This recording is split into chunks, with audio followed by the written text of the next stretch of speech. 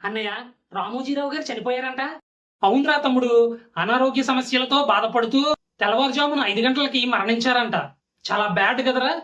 కృష్ణా జిల్లాలోని పెదపారుపూడిలో 1936 నవంబర్ 16న చాలా చిన్న సామాన్య రైతు కుటుంబంలో జన్మించారు రామోజీరావు గారు. 1962లో మార్గదర్శిని స్థాపించి 1974లో ఈనాడుని స్థాపించారు. ఆ తరువాత ప్రపంచంలోనే అతిపెద్దదైన ఫిల్మ్ సిటీని నిర్మించి Guinness book of world record లో కూడా ఎక్కర్రా. ఈయన చేసిన సేవలకు గాను 2016లో భారత ప్రభుత్వం పద్మ విభూషణ్ తో సత్కరించింది. అలాగే ఈయన చేసిన సేవలకు ఎన్నో అవార్డులు, డాక్టరేట్లు వచ్చాయి. కేవలం 5,000 పేపర్లతో ఈనాడును స్థాపించి సక్సెస్ కొట్టి తిరుగులేని వ్యక్తిగా మారారు.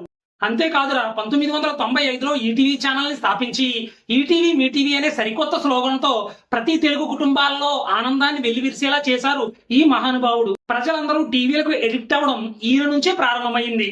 ఇంకో విషయం ఏంటంటే 2003లో ఈటీవీ 2 అనే సరికొత్త ఛానల్ ని తీసుకువచ్చి 24 గంటల వార్తా ఛానల్ గా ప్రారంభించి సరికొత్త రికార్డు సృష్టించారు. అంతేకాదన్నయ్య, ఈయన ఎన్నో విజయవంతమైన సినిమాలను కూడా నిర్మించారు. అందులో శ్రీవారికి ప్రేమలేఖ, మయూరి, ప్రతిఘటన, నువ్వే కావాలి, ఆనందం లాంటి సూపర్ హిట్ ఫిల్మ్స్ ని కూడా నిర్మించిన ఘనత ఈయనకు ఉంది.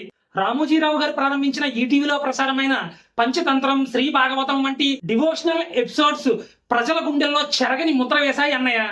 అంతేకాదు, ఆడవాళ్ల కోసం సీరియళ్లు, నవలలు రాత్రి 9 గంటలకు ఈటీవీ న్యూస్ కట్టి పడేశాయి.